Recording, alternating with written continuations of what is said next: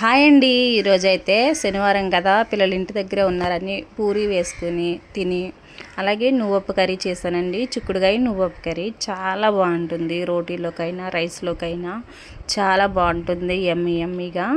అయితే ఈ పూరీలు వేసుకుని తిన్నాక అప్పుడు తర్వాత చిక్కుడుకాయ కర్రీ అయితే చేశాను.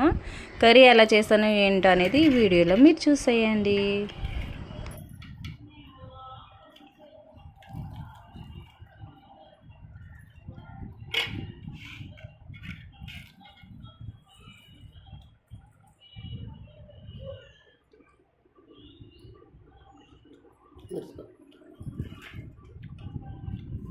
ఇక్కడ జరుగు ఈ అమ్మాడు పాపం దగ్గరికి పెట్టుకో ప్లేట్.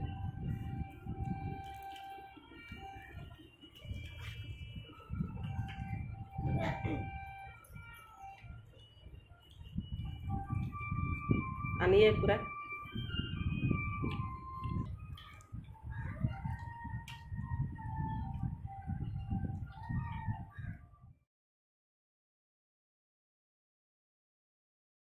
అయింది. ఈరోజైతే చిక్కుడుకాయ నువ్వొప్పు కర్రీ చేసుకున్నామా. దానికోసం ముందు కడాయి పెట్టుకొని నువ్వొప్పును ఫ్రై చేసుకోవాలి.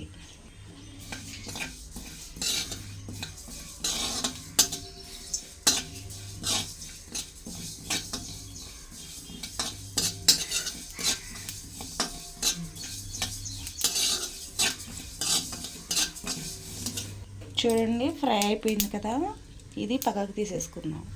ఇప్పుడు ఇందులోని ఆయిల్ తీసుకోండి.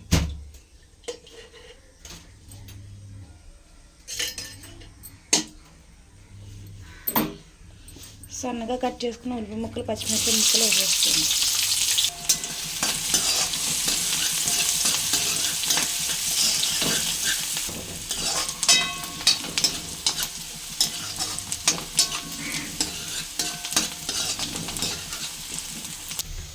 చిక్కుడుకాయలని నీట్గా వలుచుకుని పురుగులుంటే చూసుకుని ఇలా నీట్గా కడిగేసుకోండి. చిక్కుడుకాయలో ఎక్కువ శాతం పురుగులు ఉంటాయి కాబట్టి సరిగ్గా చూసుకోవాలి. ఇలా విరుచుకుంటే పురుగు ఎక్కడన్నా ఉంటే కనిపిస్తుంది.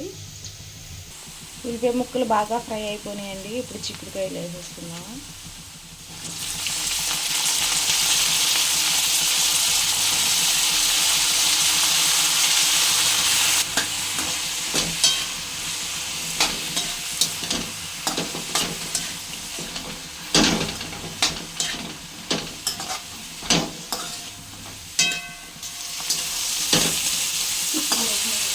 చూడండి, చిక్కుడుకాయలు బాగా మగ్గిపోయి ఇప్పుడు ఇందులో ఉప్పు కారం వేసేసుకున్నాము.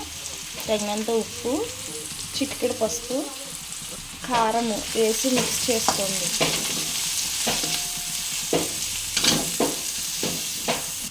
ఇప్పుడు వాటర్ పోసేసుకోండి. ఇప్పుడైతే ఉడికించుకుందామండి. ఉడికించుకుని నూనె పైకి తేలాలి. అయితే ఉడికిపోయింది. ఇప్పుడు నువ్వుల పొడి వేసేసుకుని మిక్స్ చేసుకుందాం. ఇలా బాగా మిక్స్ చేసుకోండి. కర్రీ రోటీలోకైనా రైస్లోకైనా చాలా బాగుంటుంది. ఇది రెడీ అయిపోయిందండి. ఇప్పుడు వేరే బౌల్లోకి తీసేసుకుందాం. నువ్వుపప్పు వేసి ఒక్క నిమిషం పాటు అలా ఉడకనిచ్చి కట్టేయాలండి. ఎక్కువ ఉడికించినా అడుగు పట్టేస్తుంది. అంతేనండి, ఎంతో రుచికరమైన చిక్కుడుకాయ నువ్వుపప్పు కర్రీ అయితే రెడీ అయిపోయింది. మీరు ఇదే విధంగా ట్రై చేయండి. ఈ వీడియో కనుక మీకు నచ్చినట్లయితే లైక్ చేయండి, షేర్ చేయండి, మన ఛానల్ని సబ్స్క్రైబ్ చేసుకోండి. Thank you. కర్రీ అయితే చాలా యమ్మీగా ఉంటుంది.